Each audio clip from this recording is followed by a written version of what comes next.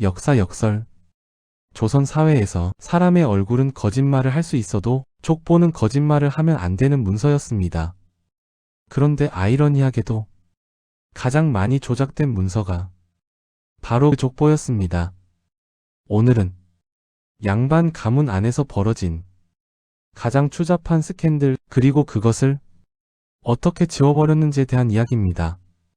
조선 사회를 떠올리면 사람들은 흔히 이렇게 말합니다. 유교 사회, 예의와 도덕을 중시한 나라, 신분 질서가 엄격했던 사회였다고 말입니다. 그런데 그 모든 설명을 끝까지 밀고 가다 보면 결국 하나의 문제 앞에서 멈추게 됩니다. 핏줄이었습니다. 조선의 양반 사회에서 사람 한 명의 인생은 그 사람 개인의 것이 아니었습니다. 그 사람은 언제나 가문의 일부였고 가문을 떠받치는 기둥이었으며 동시에 가문이 무너질 수 있는 균열이기도 했습니다. 그래서 양반에게 가장 중요한 덕목이 무엇이었느냐고 묻는다면 도덕도 학문도 충성도 아니었습니다. 그 모든 것은 핏줄이 이어질 때만 비로소 의미를 가졌기 때문입니다. 조선 사회에서 가문이 이어진다는 것은 단순히 자식이 있다는 뜻이 아니었습니다. 적자가 존재하고 그 적자가 살아남아 다음 세대로 이름을 넘길 수 있어야 했습니다. 아들이 없는 집안은 이미 절반은 무너진 집안이었습니다. 딸이 많아도 그 집안은 늘 불안했습니다. 딸은 시집가는 순간 다른 집안의 사람이 되기 때문입니다. 아무리 정성 들여 키워도 아무리 총명해도 그녀는 집안을 이어줄 수 없었습니다. 그래서 조선시대 기록을 읽다 보면 이상할 정도로 아들이 없다는 말이 불행의 핵심처럼 반복됩니다. 이 말은 감정 표현이 아니라 현실에 대한 진술이었습니다. 아들이 없다는 것은 제사를 이어갈 사람이 없다는 뜻이었고 제사가 끊긴다는 것은 그 집안이 더 이상 사회적으로 존속하지 않는다는 의미였습니다. 조선은 제사의 나라였습니다.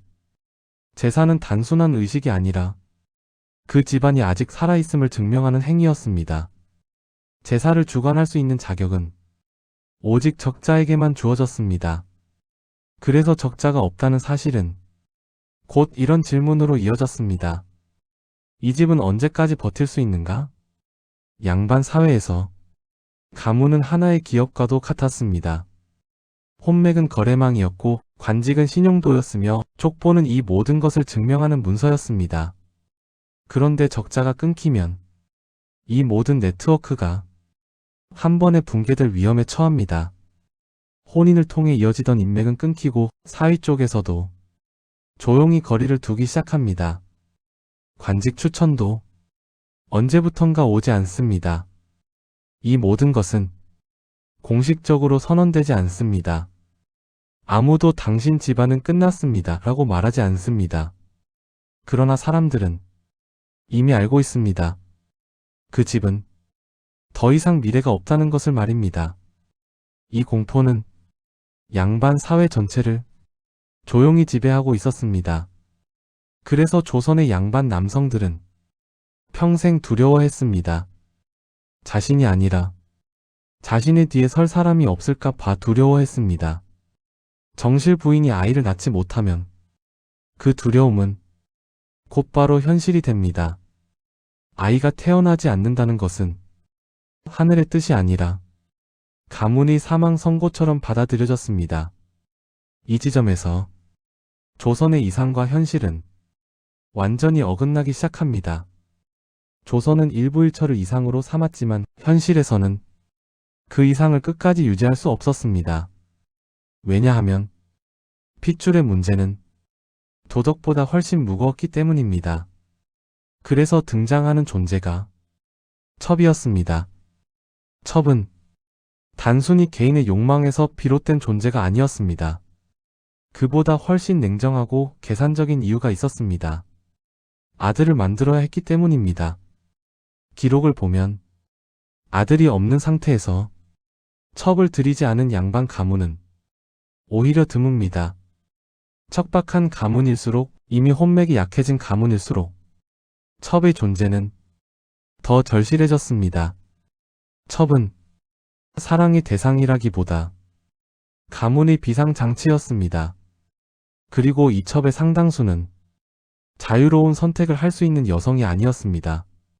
노비 여성, 가난한 평민 여성, 보호받을 수 없는 처지의 여성이 그 자리를 대신했습니다. 이 여성들은 거절할 권리가 없었습니다. 그리고 아이를 낳는 순간 그 아이는 그녀의 것이 아니게 됩니다. 아이가 아들이면 그 아이는 가문의 희망이 됩니다. 어머니는 그 자리에서 조용히 사라집니다. 이것이 조선 사회의 핏줄 논리였습니다. 그러나 문제는 여기서 끝나지 않습니다. 첩의 아이를 곧바로 드러내는 건 역시 위험했기 때문입니다. 정실 부인의 반발, 가문 내부의 분쟁, 외부 혼맥의 의심은 또 다른 위기를 불러올 수 있었습니다. 그래서 어떤 가문은 아이가 태어났다는 사실 자체를 숨겼습니다.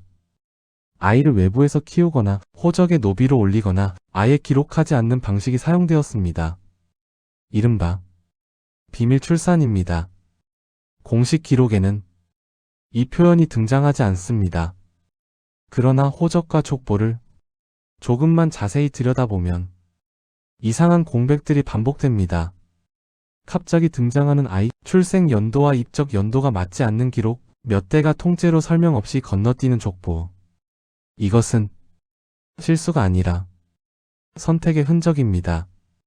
핏줄을 만들기 위해 사실을 숨긴 선택. 그리고 이 선택 앞에서 정실 부인은 결코 자유롭지 않았습니다.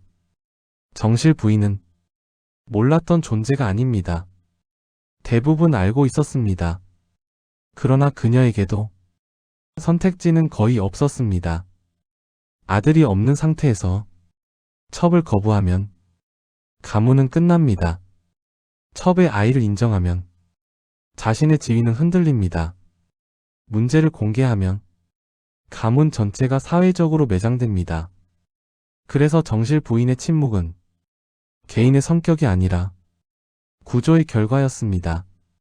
이 침묵 위에서 양반 사회의 도덕은 유지되었습니다.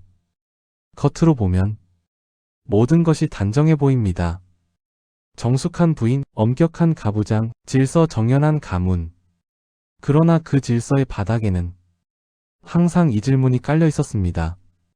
이 집의 피는 다음 세대로 넘어갈 수 있는가? 조선의 양반 사회가 도덕을 그토록 크게 외쳤던 이유는 도덕적 우월감 때문이 아니었습니다. 언제 끊길지 모르는 핏줄에 대한 극도의 불안 때문이었습니다. 그래서 그들은 핏줄을 만들기 위해 도덕을 조정했고 핏줄을 지키기 위해 기록을 다듬었습니다. 그리고 그 결과가 오늘날 우리가 보는 단정한 양반 가문의 모습입니다. 이제 다음 이야기는 자연스럽게 여기로 이어집니다. 그렇게 태어난 아이들은 어떻게 가문이 사람이 되었을까요? 그 아이들은 언제 어떤 방식으로 족보 안으로 들어갔을까요? 그리고 그 과정에서 무엇이 조용히 지워졌을까요? 그 이야기가 다음 장 족보와 은폐의 기술입니다. 겉으로 보이는 조선은 분명 유교 사회였습니다. 집 안에는 정실 부인이 있었고 그 위에는 종부가 있었으며 모든 관계는 예와 법으로 정리되어 있는 것처럼 보였습니다. 그러나 현실의 양반 가문은 그렇게 단순한 구조가 아니었습니다. 하나의 집 안에는 늘 여러 겹의 가족이 동시에 존재했습니다. 안채에는 공식적인 아내, 정실 부인이 살았습니다. 별채나 외딴 사랑채에는 첩이 있었습니다. 이 첩은 공공연히 존재했지만 언제나 반쯤은 가려진 존재였습니다. 그리고 그보다 더 아래 기록조차 남기지 않는 자리가 있었습니다. 노비 여성입니다. 이 여성들은 가족 구성원으로 불리지 않았고 관계가 있었는지조차 문서에 남지 않았습니다. 이 구조는 조선 사회가 공식적으로 인정한 가족 제도가 아니었습니다. 그러나 실제로는 너무도 널리 퍼져 있었기 때문에 마치 제도처럼 작동했습니다. 문제는 그 관계에서 아이가 태어났을 때였습니다. 아이가 태어나는 순간 조선의 유교 질서는 가장 취약한 지점에 놓입니다. 그 아이는 분명 아버지의 피를 물려받았습니다. 그러나 동시에 공식적인 자식은 아니었습니다. 핏줄이지만 자식이 아니고 자식이지만 자격이 없는 존재. 이 애매한 위치가 조선 양반 사회에서 가장 많은 고민과 계산을 불러왔습니다. 정실 부인의 아들이 있다면 문제는 비교적 단순했습니다. 첩의 아이는 그저 격가지로 남습니다. 존재는 인정되되 가문이 중심에는 들어가지 못합니다. 그러나 정실 부인에게서 아들이 태어나지 않았을 경우 이 아이는 전혀 다른 의미를 갖게 됩니다. 그 순간부터 이 아이는 가문의 미래가 될 수도 있고 가문을 망칠 위험 요소가 될 수도 있었습니다. 그래서 양반 가문은 아이의 존재를 바로 드러내지 않았습니다. 조선 사회에서 아이를 숨긴다는 것은 오늘날의 감각으로는 상상하기 어렵지만 당시에는 충분히 가능한 일이었습니다. 가장 흔한 방식은 출생 기록 자체를 남기지 않는 것이었습니다. 조선에서 사람의 존재는 문서로 증명되었습니다. 호적에 오르지 않으면 그 사람은 사회적으로 존재하지 않는 것과 다름없었습니다. 그래서 어떤 아이들은 태어나자마자 아무 기록도 남기지 않은 채 자라났습니다. 실록이나 개인 일기를 보면 아이를 거두어 기른다. 집안에 아이 하나를 두었다. 같은 모호한 표현들이 등장합니다. 이 아이가 누구의 자식인지 어디서 태어났는지는 굳이 적지 않습니다. 왜냐하면 적지 않는 것이 가장 안전한 선택이었기 때문입니다. 아이가 어릴 때는 굳이 정체를 정할 필요가 없었습니다. 말을 하지 못하고 자신의 출생을 증명할 수도 없었기 때문입니다. 이 시기에는 아이가 노비의 자식처럼 취급되는 경우도 많았습니다. 호적상으로는 집안 노비의 아이를 올려두고 실제로는 조용히 보호하며 키우는 방식입니다. 이 방법은 위험하면서도 효과적이었습니다. 왜냐하면 노비의 자식이 늘어나는 것은 누구도 의심하지 않았기 때문입니다. 아이가 조금 자라면 다음 선택의 시간이 옵니다. 이 아이를 끝까지 숨길 것인가? 아니면 어디까지 끌어올릴 것인가? 조선 후기의 여러 족보를 보면 이 지점에서 이상한 흔적들이 반복적으로 나타납니다. 어릴 적 기록은 없는데 어느 날 갑자기 청년 혹은 성인의 나이로 족보에 등장하는 인물들입니다. 이들은 양자, 수양자, 양손 같은 표현으로 설명됩니다.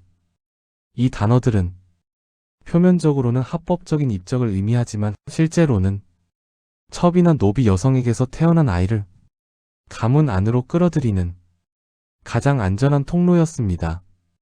조선의 법은 양자를 허용했습니다. 단 그 조건은 까다로웠습니다. 같은 성씨, 같은 학렬, 그리고 명분이 필요했습니다. 그래서 양반 가문은 이 제도를 극도로 정교하게 활용했습니다. 기록상으로는 먼 친족의 아이를 데려왔다고 적지만 실제로는 이미 집 안에서 자라고 있던 아이를 공식화하는 경우가 많았습니다. 이 과정에서 출생의 진실은 자연스럽게 사라집니다. 족보에는 그 아이의 아버지는 등장하지만 어머니는 미상 혹은 아예 언급되지 않습니다. 이 침묵은 우연이 아니라 의도입니다. 그러나 이 아이를 완전히 드러내는 것은 여전히 위험했습니다. 정실 부인이 살아있고 혼맥이 유지되고 있다면 첩의 아이는 끝까지 주변에 머무르는 것이 가장 안전한 선택이었습니다. 그래서 많은 아이들이 가문이 울타리 안에는 있었지만 결코 중심에는 들어가지 못했습니다. 그들은 서울로 불렸고 교육을 받되 시험의 길은 제한되었으며 관직에 오르더라도 언제나 일정 선에서 막혔습니다. 그러나 상황이 바뀌는 순간이 있습니다. 정실 부인의 아들이 요절했을 때, 아예 태어나지 않았을 때, 혹은 병약하여 가문을 이룰 수 없다고 판단될 때입니다. 이때 첩의 아이는 갑자기 다른 의미를 갖습니다. 이 아이는 문제아가 아니라 구원자가 됩니다. 그래서 어떤 가문은 조용히 결정을 내립니다. 이 아이를 척자로 만들자. 이 선택은 공식적으로는 불법에 가까웠습니다. 조선의 법과 유교 윤리는 적자의 자격을 엄격하게 규정하고 있었기 때문입니다. 그러나 현실에서는 이 결정이 놀랄 만큼 자주 이루어졌습니다. 방식은 언제나 조용했습니다. 먼저 정실 부인의 명의로 양자 입적이 이루어집니다. 서류상으로는 정실 부인이 낳은 아들이 아니라 정실 부인이 들인 양자입니다. 그 다음 족보가 고쳐집니다.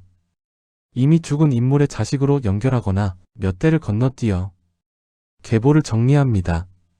이 과정에서 문제가 될 만한 인물은 사망 연도만 남기고 행적이 삭제됩니다. 이것은 한두 가문이 특수 사례가 아니었습니다. 조선 후기로 갈수록 양반수는 급증했지만 경제력과 관직은 그 속도를 따라가지 못했습니다. 그 결과 척자를 유지하기 위한 경쟁은 점점 더 치열해졌고 첩의 아이를 활용하는 방식은 더 정교해졌습니다. 이 모든 과정은 공개적인 비밀이었습니다. 사람들은 알고 있었습니다. 그러나 말하지 않았습니다. 왜냐하면 이 문제를 건드리는 순간 자신의 가문 역시 같은 의심을 받을 수 있었기 때문입니다. 그래서 실록을 보면 첩의 아이 문제는 대부분 윤리 문제로만 짧게 언급됩니다. 구체적인 이름과 과정은 의도적으로 생략됩니다. 반면 개인 일기와 문집을 읽다 보면 훨씬 노골적인 표현들이 등장합니다. 아이의 신분을 어찌할지 밤새 의논했다. 이 아이를 세상에 내놓을 수 있을지 고민했다. 집안 어른들이 결단을 내렸다. 이 문장들은 조선의 양반 가문이 핏줄을 관리하는데 얼마나 집요했는지를 보여줍니다. 그래서 우리는 조선의 족보를 그대로 믿어서는 안 됩니다. 족보는 사실의 기록이 아니라 선택의 기록이기 때문입니다.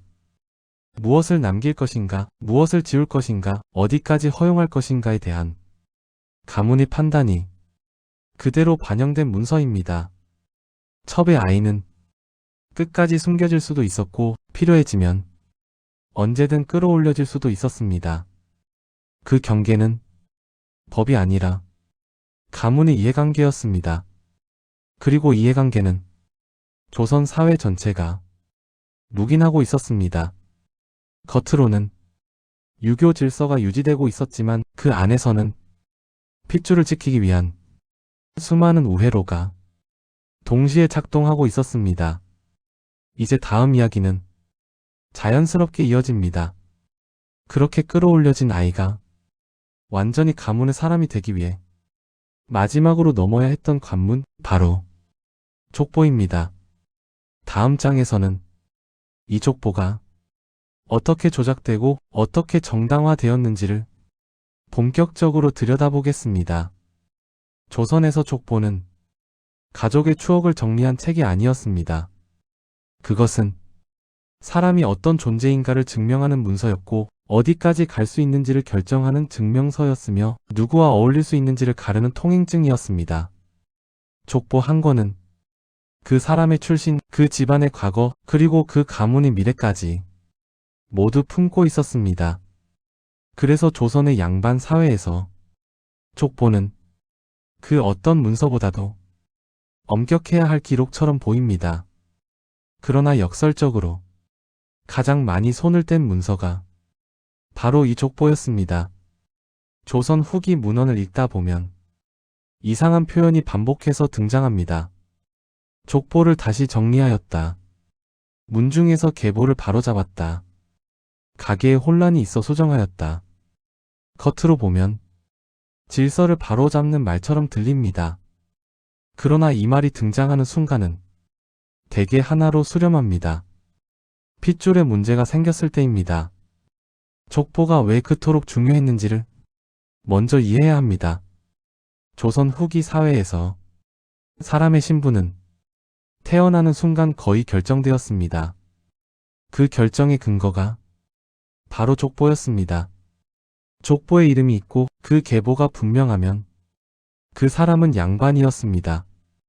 족보에 이름이 없거나 계보가 흐릿하면 아무리 재산이 많아도 양반으로 인정받기 어려웠습니다. 과거 시험을 보려면 자신이 누구의 후손인지 설명할 수 있어야 했고, 관직에 오르려면 가문이 어디에 속하는지 명확해야 했습니다. 혼인도 마찬가지였습니다. 족보가 빈약한 집안과는 혼맥을 맺지 않으려 했습니다. 그래서 족보는 가문의 명예를 적는 책이 아니라 가문의 생존을 보장하는 장부였습니다. 그런데 조선 후기로 갈수록 이 장부가 점점 흔들리기 시작합니다. 이유는 분명했습니다. 양반의 수는 폭발적으로 늘어났지만 관직의 수는 한정되어 있었고 경제적 기반은 점점 약해졌기 때문입니다. 많은 가문이 양반이라는 이름은 유지하고 있었지만 실제로는 그 이름을 지탱할 힘이 없었습니다. 이 상황에서 족보는 더 이상 과거의 기록이 아니라 미래를 만들기 위한 도구가 됩니다. 그래서 가장 먼저 등장하는 현상이 존재하지 않던 조상의 등장입니다. 조선 후기 족보를 보면 어느 시점에서 갑자기 가문의 뿌리가 깊어집니다. 몇 대 전까지는 기록이 흐릿하다가 어느 순간부터 고려 말 혹은 조선 초기의 인물이 당당하게 등장합니다. 이 인물은 대개 관직 경력이 있고 성품이 뛰어나며 문중의 자랑처럼 묘사됩니다. 문제는 이 인물이 다른 어떤 기록에도 등장하지 않는다는 점입니다. 실록에도 없고 문집에도 없고 지역 기록에도 없습니다. 그 인물은 오직 족보 안에서만 살아있습니다. 이것은 실수가 아닙니다. 의도된 창조입니다. 왜냐하면 가문의 격을 한 단계 끌어올리는 가장 빠른 방법이 조상의 격을 높이는 것이었기 때문입니다. 그 다음으로 자주 보이는 것이 몇 대가 통째로 사라지는 경우입니다. 족보를 넘기다 보면 갑자기 이렇게 적혀있는 구간을 만나게 됩니다. 이대는 자세히 알 수 없다. 전란으로 기록이 소실되었다. 가계가 혼란하여 전하지 않는다.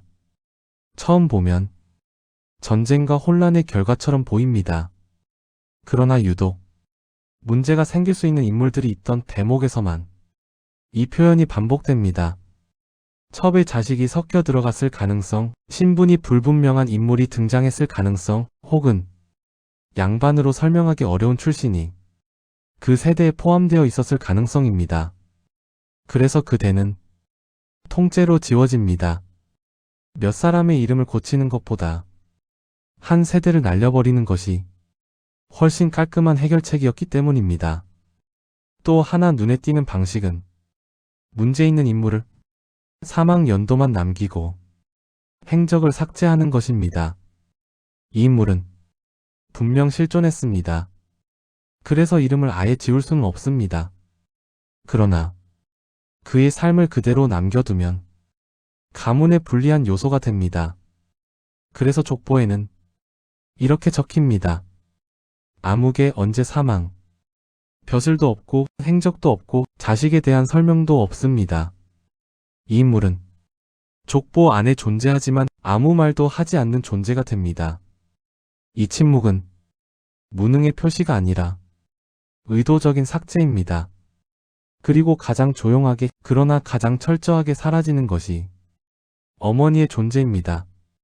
조선 후기 족보에서 아버지의 이름은 비교적 상세하게 적힙니다. 그러나 어머니의 이름은 놀라울 정도로 자주 미상으로 처리됩니다.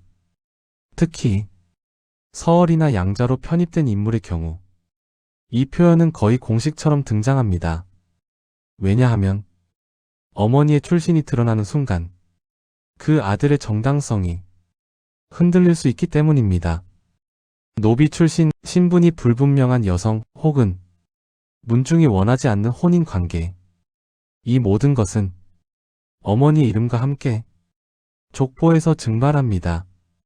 이렇게 족보를 고친 사람들은 누구였을까요? 양반 가문이 당사자가 직접 붓을 들지는 않았습니다. 족보를 정리하고 문구를 다듬고 계보를 연결한 사람들은 대개 문중과 친분이 있는 문인들이었습니다. 이들은 글을 잘 썼고 유교 질서를 이해했고 무엇을 써야 하고 무엇을 빼야 하는지를 알고 있었습니다. 이 작업은 결코 무료가 아니었습니다. 쌀이 오갔고 논밭이 오갔고 때로는 혼맥이 오갔습니다. 붓은 가볍지만 그 대가는 결코 가볍지 않았습니다. 그래서 족보를 고친다는 것은 단순한 필사가 아니라 가문의 재산과 명예를 미래에 투자하는 일이었습니다. 이 모든 과정은 공개적인 비밀이었습니다. 사람들은 알고 있었습니다. 그러나 문제 삼지 않았습니다. 왜냐하면 족보를 문제 삼는 순간 자신의 족보 역시 의심받을 수 있었기 때문입니다.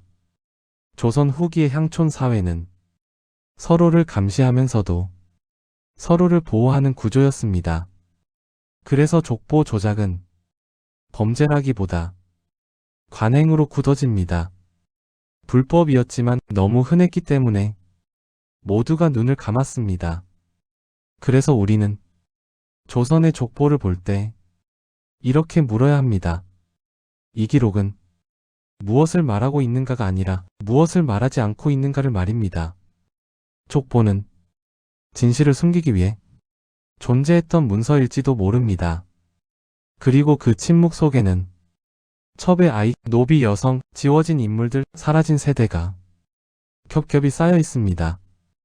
조선의 양반 사회는 도덕으로 유지된 사회가 아니었습니다. 기록을 관리함으로써 유지된 사회였습니다. 이제 다음 이야기는 이 족보가 어떻게 혼맥과 결합해 완성된 은폐의 구조가 되었는지로 이어집니다. 혼인은 사랑이 아니라 계약이었고 족보는 그 계약서의 첨부 문서였습니다. 그 이야기가 다음 장 혼맥과 스캔들로 이어집니다. 조선에서 결혼은 사랑의 완성이 아니었습니다. 그것은 가문이 가문을 선택하는 일이었고 집안이 집안을 평가하는 과정이었으며 미래를 담보로 현재를 교환하는 가장 냉정한 계약이었습니다. 혼인은 두 사람이 함께 살겠다는 약속이 아니라 두 가문이 서로를 끌어올리거나 최소한 떨어지지 않겠다고 서로에게 보증하는 절차였습니다. 그래서 조선 사회에서 혼인을 잘못 맺는다는 것은 개인의 불행으로 끝나지 않았습니다. 그 선택은 가문 전체의 몰락으로 이어질 수 있었습니다. 이 때문에 혼맥에서 터진 스캔들은 다른 어떤 더 잔혹하게 처리됩니다. 조선의 양반 혼인은 시작부터 사람을 보지 않았습니다. 먼저 따진 것은 족보였습니다. 그 다음은 가문의 격이었고 그 다음은 혼맥이 어디로 이어지는가? 였습니다. 당사자의 성품이나 서로의 감정은 그 뒤에 문제였습니다. 혹은 아예 고려 대상이 아니었습니다. 그래서 혼담이 오갈 때 가장 많이 오간 말은 이런 질문들이었습니다. 몇 대손인가? 어느 문중과 이어져 있는가? 그 집안에 흠은 없는가? 여기서 말하는 흠은 도덕적 결함이 아니라 정치적 위험이었습니다. 이 구조 속에서 가장 먼저 발생하는 스캔들은 혼인 상대의 과거를 숨기는 일이었습니다. 조선 후기의 여러 고소 문서와 개인 일기를 읽다 보면 유독 반복되는 장면이 있습니다. 혼인 후에야 여성이 이미 아이를 낳았다는 사실이 드러나는 경우입니다. 기록에는 노골적인 표현 대신 이런 식의 말이 등장합니다. 신부의 몸가짐이 이미 순결하지 않았다. 혼인 전에 아이를 둔 사실이 뒤늦게 밝혀졌다. 이 문장은 단순한 도덕 비난처럼 보이지만 실제로는 가문 간 계약이 깨질 위기를 뜻합니다. 왜 이런 일이 벌어졌을까요? 혼인을 앞둔 여성의 집안은 그 사실을 알고 있었습니다. 그러나 말하지 않았습니다. 이유는 단순합니다. 이 사실이 드러나는 순간 그 집안은 다시는 비슷한 급의 혼인을 맺을 수 없게 되기 때문입니다. 그래서 아이의 존재는 친정의 수치가 아니라 숨겨야 할 계약 조건이 됩니다. 그렇다면 이 사실이 드러났을 때 혼인은 파기되었을까요? 대부분 그렇지 않았습니다. 혼인은 이미 이루어졌고 그 혼인은 두 가문이 공적으로 맺은 약속이었기 때문입니다. 여기서 중요한 것은 누가 피해자인가가 아니었습니다. 중요한 것은 이 사실을 세상에 알리는 것이 가문의 이익이 되는가 아니면 손해가 되는가였습니다. 대부분의 경우 손해가 더 컸습니다. 그래서 문제를 제기한 쪽이 오히려 가문 망신을 일으킨 존재로 몰리게 됩니다. 이와 비슷한 방식으로 신랑의 문제도 숨겨졌습니다. 조선 후기 기록에는 정신질환을 앓는 남성 혹은 아이를 낳을 수 없는 남성에 대한 간접적인 표현이 자주 등장합니다. 사람됨이 온전하지 않다. 거동이 상식과 다르다. 병약하여 집안을 돌보지 못한다. 이 표현들은 당대 사람들이 이해하던 완곡한 경고였습니다. 그러나 혼담이 오갈 때 이 사실은 대개 숨겨졌습니다. 왜냐하면 이 문제를 인정하는 순간 그 집안은 혼맥 시장에서 즉시 탈락하기 때문입니다. 혼인은 가문이 다음 세대를 보증하는 계약이었습니다. 그런데 후계자가 불확실하다면 누가 그 집안과 미래를 나누려 하겠습니까? 그래서 이런 문제들은 혼인 전에는 절대 드러나지 않습니다. 혼인 후에 사실이 드러났을 때 상황은 더 복잡해집니다. 현대의 감각으로는 이혼이 자연스러운 선택처럼 보입니다. 그러나 조선 사회에서 양반의 이혼은 거의 불가능에 가까웠습니다. 법적으로 이혼 사유는 존재했습니다. 그러나 실제로 그 사유를 관찰할 수 있는 경우는 극히 드물었습니다. 왜냐하면 이혼은 두 사람의 결별이 아니라 두 가문의 관계 단절을 의미했기 때문입니다.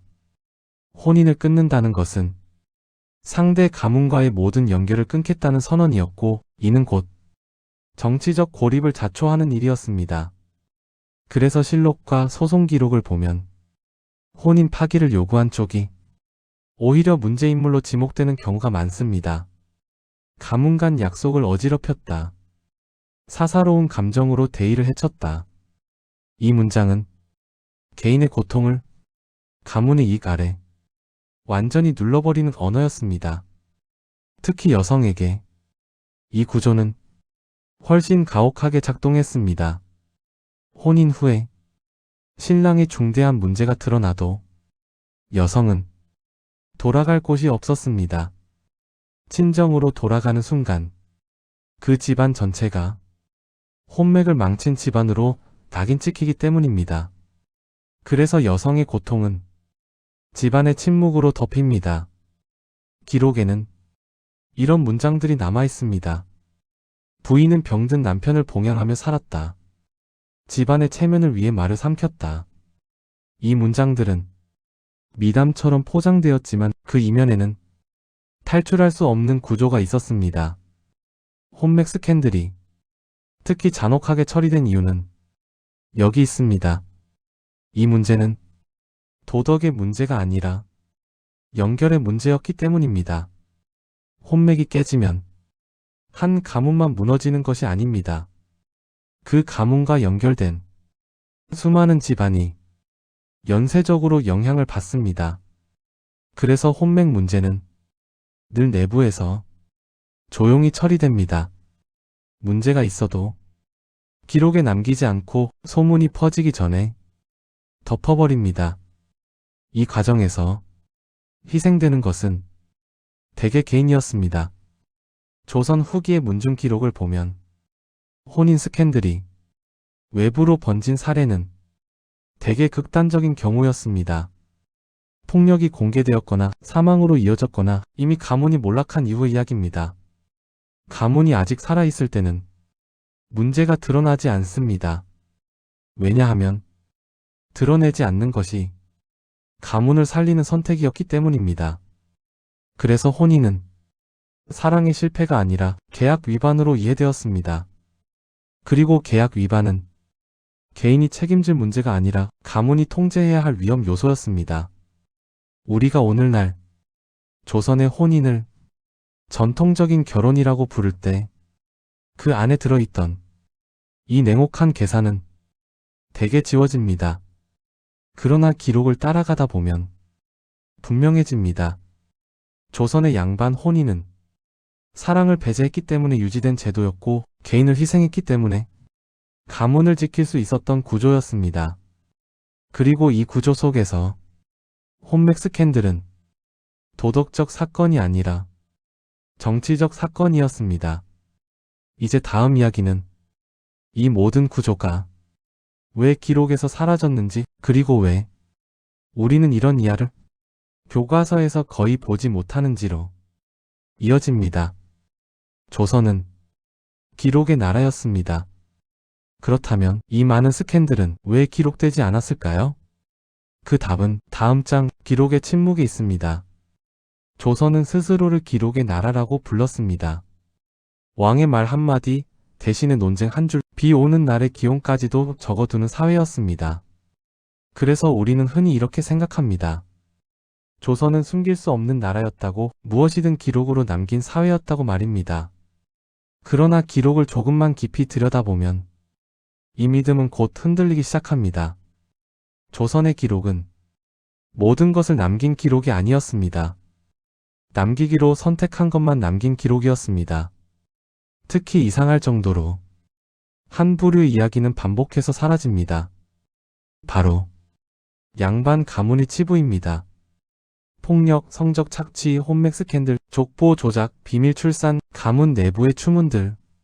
이것들은 분명 존재했음에도 기록 속에서는 언제나 흐릿하거나 짧거나 혹은 전혀 보이지 않습니다. 왜 그랬을까요? 먼저 조선에서 기록을 남긴 사람들이 누구였는지를 떠올려야 합니다. 실록을 기록한 사관, 법을 집행한 관리, 판결문을 쓴 관료, 지방에서 문서를 정리한 수령들. 이들은 모두 양반이었습니다. 출신도, 교육도, 혼맥도, 세계관도 서로 크게 다르지 않은 사람들입니다. 기록은 중립적인 손에서 나오지 않았습니다.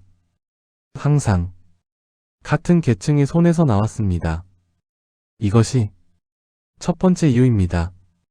같은 신분의 사람은 같은 신분의 사람을 쉽게 고발하지 않습니다.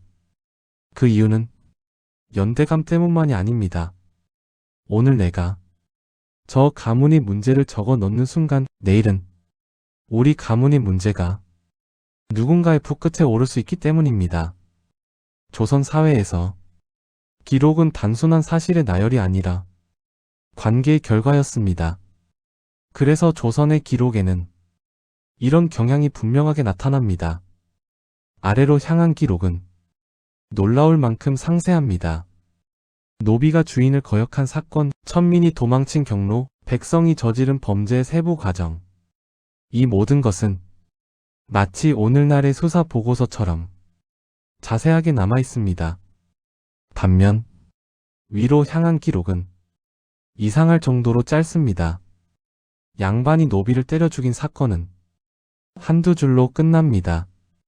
성적 착취가 있었다는 사실은 완곡한 표현 하나로 처리됩니다. 혼맥을 둘러싼 분쟁은 집안 문제라는 말로 정리됩니다. 이 차이는 우연이 아닙니다. 조선에서 고발이란 단순한 문제 제기가 아니었습니다. 특히 양반을 고발한다는 것은 곧 사회적 자살을 의미했습니다. 노비가 주인을 고발할 수 있었을까요? 법적으로는 가능했습니다. 그러나 현실에서는 그 고발이 받아들여질 가능성보다 고발자가 처벌받을 가능성이 훨씬 컸습니다. 왜냐하면 고발은 신분 질서를 흔드는 행위로 간주되었기 때문입니다. 그래서 실록과 판결문을 보면 이상한 구조가 반복됩니다. 문제를 제기한 사람이 오히려 문제인물로 처리됩니다. 주인을 모함하였다. 분수를 모르는 행동을 했다. 가문이 명예를 훼손하였다. 이 표현들은 사실 여부를 판단하기 전에 질서를 먼저 지키려는 언어였습니다. 양반 내부에서도 상황은 크게 다르지 않았습니다. 같은 양반이 다른 양반 가문을 고발하는 일은 극히 드물었습니다.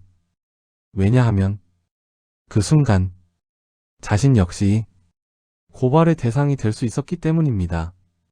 조선의 향촌 사회는 서로를 감시하는 사회였지만 동시에 서로를 보호하는 사회였습니다. 문제를 외부로 드러내는 것은 공동체 전체의 위험을 키우는 행위로 여겨졌습니다. 그래서 스캔들은 공개되지 않았습니다. 공개되는 순간 그 가문만 망하는 것이 아니라 그 가문과 연결된 혼맥과 문중 전체가 함께 흔들리기 때문입니다. 그렇다면 실록에는 아무것도 남아있지 않았을까요? 그렇지는 않습니다. 실록에는 양반의 문제도 등장합니다. 그러나 그 방식이 문제입니다. 사건은 기록되지만 맥락은 사라집니다.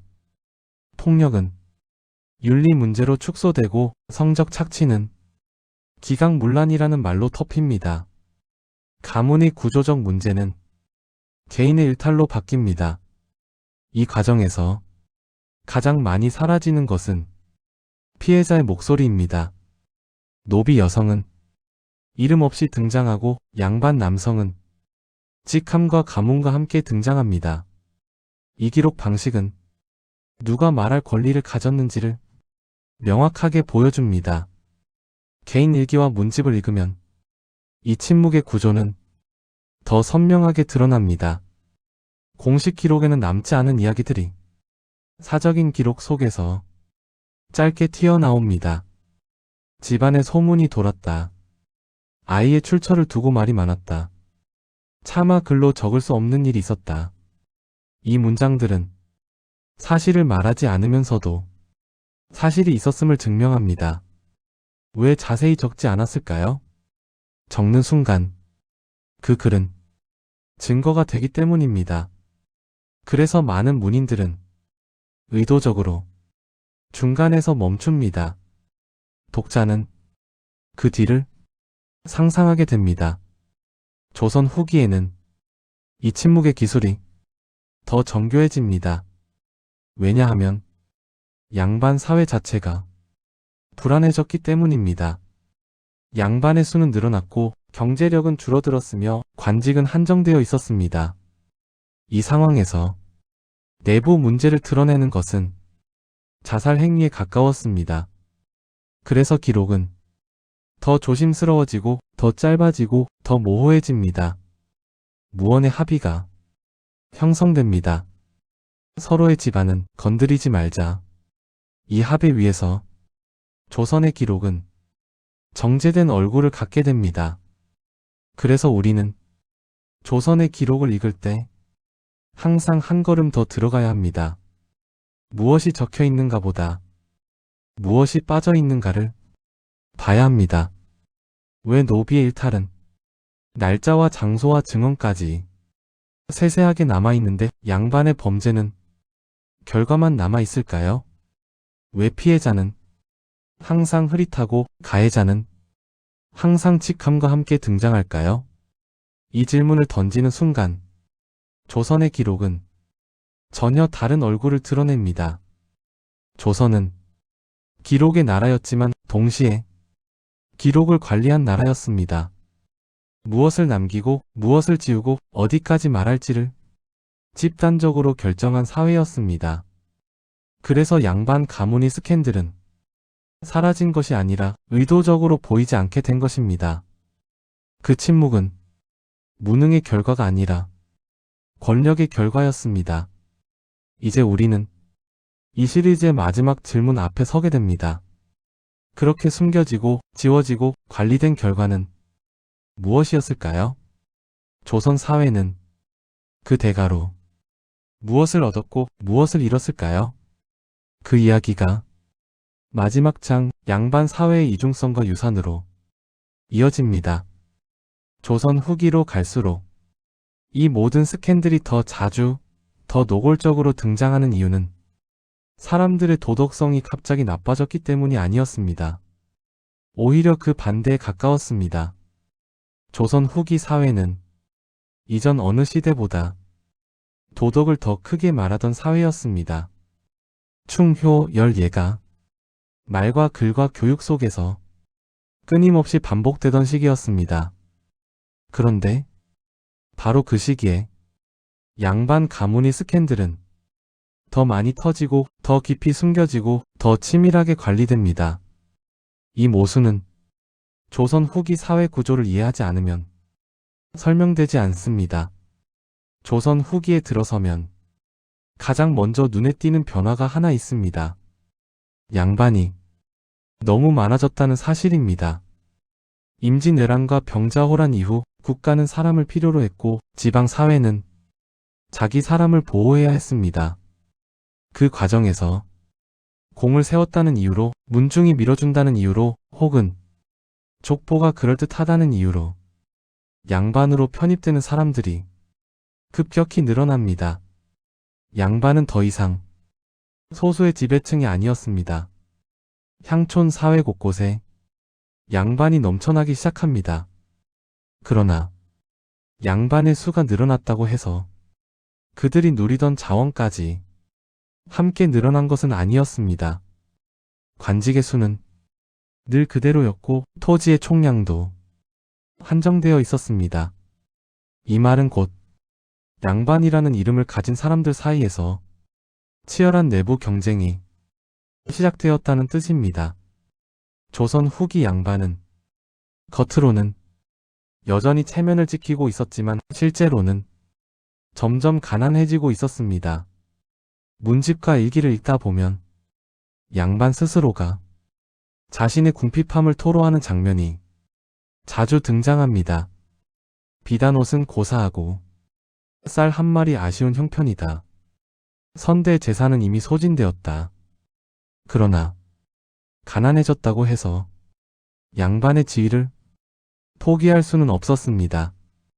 양반이라는 신분은 단순한 명예가 아니라 세금을 덜 내고 노역을 피하고 혼맥을 유지하는 사회적 안전망이었기 때문입니다. 그래서 조선 후기 양반은 이상한 위치에 놓입니다. 실제 생활은 평민보다 나을 것이 없는데 체면과 도덕은 오히려 더 엄격하게 요구받는 계층이 됩니다. 이 긴장 속에서 가장 먼저 흔들리는 것이 가문의 유지 문제였습니다.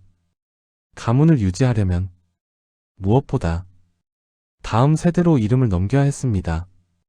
그러나 가난해질수록 혼맥은 약해지고 정실 혼인은 더 어려워졌으며 자식 문제는 더 큰 부담이 되었습니다. 이때부터 이전까지는 임시방편에 가까웠던 선택들이 점점 구조화됩니다. 첩은 더 흔해지고 첩의 아이는 더 자주 등장하며 그 아이를 어떻게 처리할 것인가는 가문의 핵심 전략이 됩니다. 조선 후기의 특징은 스캔들 자체보다 그 스캔들을 관리하는 방식이 훨씬 정교해졌다는 점입니다. 이전 시대에는 문제가 터지면 힘으로 누르거나 개인 희생으로 마무리했다면 조선 후기에는 기록과 제도를 활용해 문제를 덮는 방식이 발달합니다. 그 중심에 족보가 있었습니다. 족보는 더 이상 과거를 정리하는 책이 아니었습니다. 미래를 설계하는 도구였습니다. 조선 후기에는 족보를 전문적으로 다루는 사람들이 등장합니다. 문중의 요청을 받아 계보를 정리하고 빠진 데를 채워넣고 불편한 인물을 조용히 지워주는 사람들입니다. 이들은 단순한 필사자가 아니었습니다. 향촌 사회의 규칙을 알고 어디까지가 허용선인지 정확히 아는 사람들이었습니다. 그래서 족보 위조는 서툴게 이루어지지 않습니다.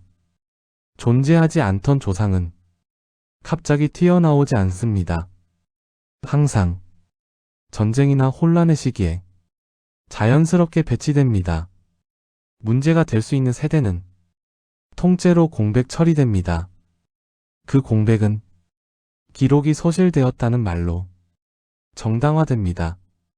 어머니의 이름은 조용히 사라지고 아버지의 계보만 더 또렷해집니다. 이 모든 것은 서로가 서로의 족보를 문제 삼지 않겠다는 묵시적 합의 속에서 가능해졌습니다. 이 시기에는 도덕 담론이 오히려 더 강화됩니다. 왜냐하면 도덕을 크게 외칠수록 현실의 불안을 가릴 수 있었기 때문입니다. 가문이 불안할수록 효를 강조하고 혼맥이 약해질수록 정절을 강조합니다. 도덕은 자기 성찰의 언어가 아니라 자기 방어의 언어로 사용됩니다. 그래서 조선 후기의 기록에는 이상한 이중성이 나타납니다. 글 속에서는 도덕이 강화되는데 현실에서는 그 도덕을 유지하기 위해 더 많은 예외와 편법이 동원됩니다. 스캔들이 늘어난 것이 아니라 스캔들을 숨겨야 할 이유가 훨씬 많아진 시대였습니다. 양반이라는 이름을 유지하지 못하면 곧바로 사회적 하락이 시작됩니다. 그래서 조선 후기의 양반은 무엇이든 끝까지 숨깁니다. 첩의 아이는 끝까지 계산하고 혼맥의 문제는 끝까지 내부에서 처리하며 기록은 끝까지 관리합니다. 이것은 개인의 타락이 아니라 몰락을 늦추기 위한 집단적 대응이었습니다. 이제 이 모든 이야기는 하나의 지점으로 모입니다. 조선의 양반들은 도덕을 가장 많이 말한 계층이었습니다. 그리고 동시에 그 도덕을 지키기 위해 가장 많은 것을 은폐한 계층이기도 했습니다. 족보는 진실을 기록하기 위해 존재한 문서가 아니었습니다. 그것은 가문이 다음 세대로 살아남기 위해 만든 설계도였습니다. 그래서 오늘 우리가 바라보는 단정한 양반 가문의 모습은 도덕이 완벽했기 때문에 남은 것이 아니라 그 설계가 성공했기 때문에 남아있는 결과일지도 모릅니다.